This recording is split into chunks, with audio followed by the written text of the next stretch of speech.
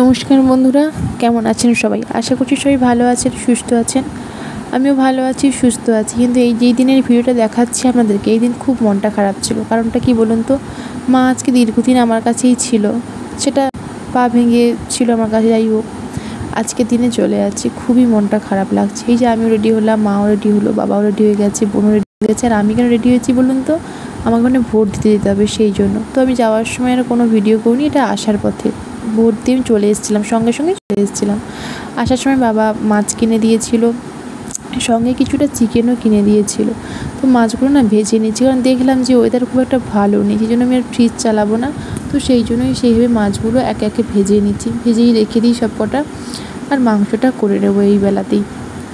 তারপরে হাজব্যান্ড বলছে যদি বৃষ্টি রাত্রে তাহলে একবারে চিকেন একটু বেশি করেই করে ফেলবো, তাহলে আমি একবারে রাত্রেও খাওয়া হয়ে যাবে। তো আপাততটাই পাঠিয়েছি, আমাদের দুজনের ভালোভাবেই হয়ে যাবে। এদিকে মশলা কষাচ্ছি, কিন্তু না মন ভালো লাগছে না। আজকে রান্না যেন খুব একটা ভালোও হয়নি, এত মন খারাপ লাগছে। আবার আসার সময় আবার লিচুও কিনে দিয়েছিল, লিচু খাচ্ছি বসে বসে। আর মায়ের কথা মনে হচ্ছে, ঠিক এই জায়গাটাতে না আমার মা বসে, যেখানে আমি বসে আছি ঠিক এই জায়গাটাতেই মা বসে থাকতো।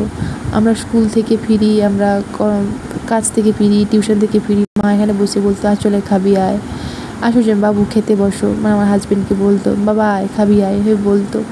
তো দুপুরে খাওয়া দাওয়া করলাম, আমটাও কিনে দিয়েছিল। আর হ্যাঁ, এদিকে মেঘ উঠছে, ভীষণ বৃষ্টিও পড়ছে।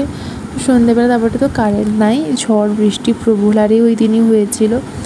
তো তারপরে কারেন্ট নাই, তো সেই জন্য মানে রাত্রে আমরা লুচি খাবো সিদ্ধান্ত করি।